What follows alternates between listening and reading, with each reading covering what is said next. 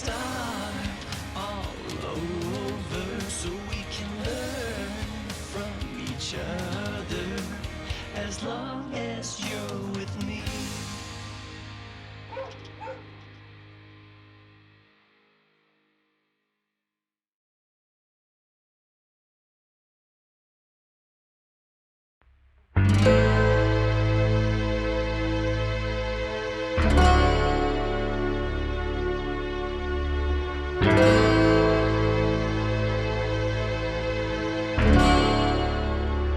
Welcome back to Sheen Au Natural. I'm your host, Old Sheen, and today I'm here with my pal Whiskey Boy to talk to you about horticulture.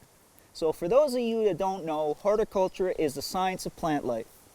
So specifically, the garden that I was able to establish on my property. The other day we got in here and we laid down some potato seed, strung out a tarp, and today I'm going to continue on with the build by creating biochar. Biochar is the process of burning wood and organic material to enrich the soil naturally. So let's get to it. I believe it's important to understand gardening and horticulture because what it does is it can up your ability to be self-reliant. If you know how to make your own food, not much can hold you back. Siggy and I are out here on probably the rainiest day of the season. Today, one of the things I've been dreading, worried about, has come to fruition. We had snow on the ground this morning, and of course that would impede me with this garden build. So today, that's what we're out here to do. So I'm going to start by just taking a bit of the overgrowth off the top. And we're late in the season now, so obviously nothing's going to grow. By putting a tarp down, I'm blocking out the sunlight. That's going to kill all the vegetation below it. And I'm going to be able to go in there and rake it clean and put my garden in. It'll be easier to remove that material. There's some blueberry bushes right here. So in the spirit of foraging and wild edibles here in western Newfoundland, I want to embrace this growth. So when I lay out the tarp, the idea is to kill the vegetation so I can easily pick it out to build my garden. Obviously I don't want that to happen to these blueberry bushes, so I'll be putting the tarp right around this area. Oh, thanks, boy. What a good helper you were, huh? Oh, you're the best.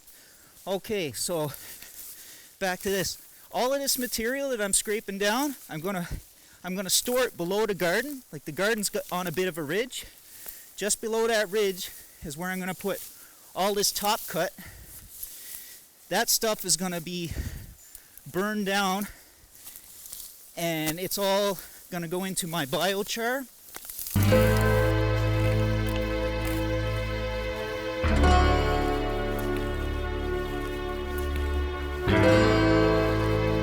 So I'm using the claw hoe today. I also have with me my trusty pocket saw, which comes in handy for sawing in the dirt.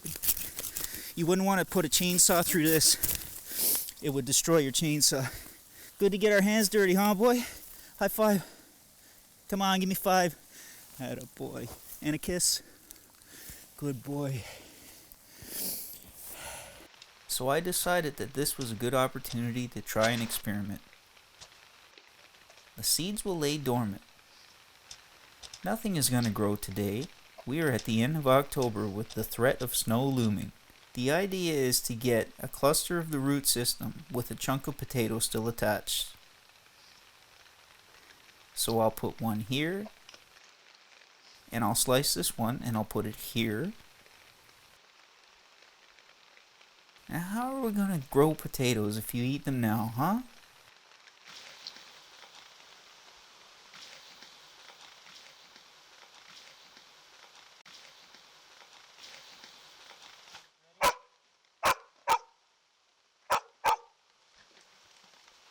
Being that this is an experiment, I need to mark the potato bed so I can later identify it. You could plant your potatoes in the fall and they would lay dormant till the spring. So that's why it's important that I got it marked so I know where they are. So hopefully in the spring I come in and I'll find them growing.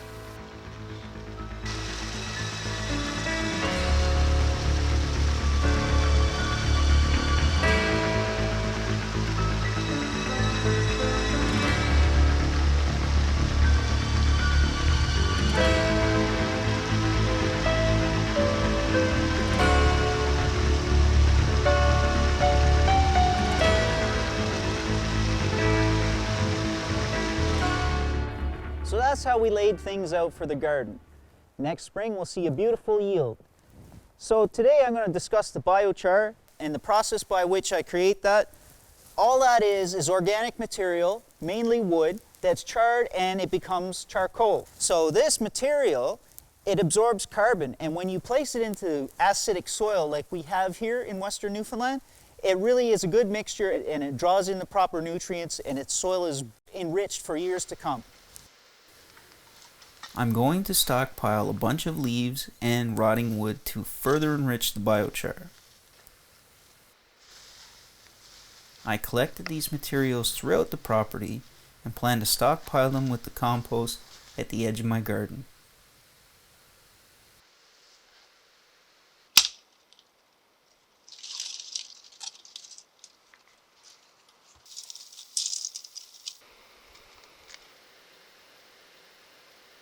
So the process by which we do that, simply light a fire.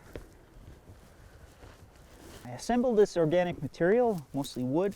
I got this dry material because it's been doing a lot of raining and snowing out here, so I went with the limbs that were on the trees that had died. These are going to go up really quick. But the main thing is this birch bark. This is what's really going to make it spread.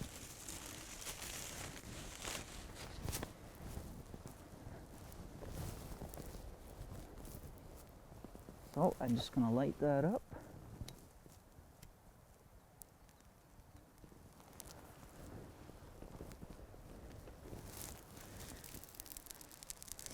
Once we get a nice fire going now and all this wood is charred, I'll come in here periodically with a rake and I'll spread the coals, add some dirt from the embankment above the fire here in the garden. I'll mix all that with the char, and the whole process will create this beautiful, rich, black earth. Now that that fire is going nice, I guess it's just about the waiting game.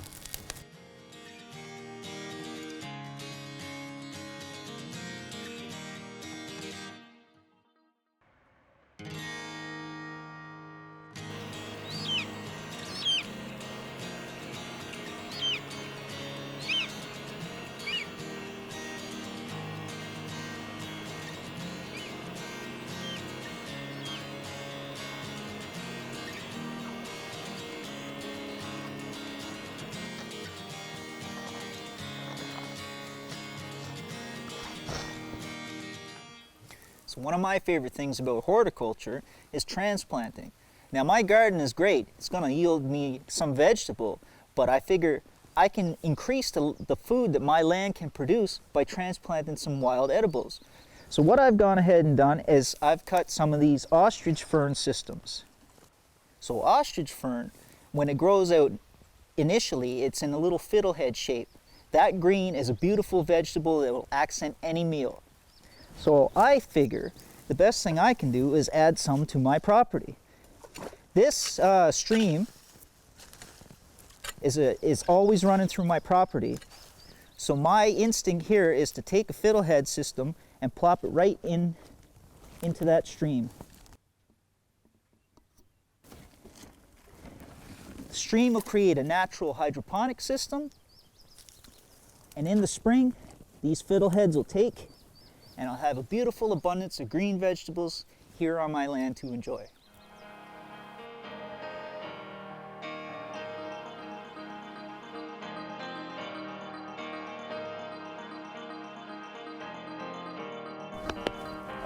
Oh, what a good boy. Give me a kiss. Give me a kiss.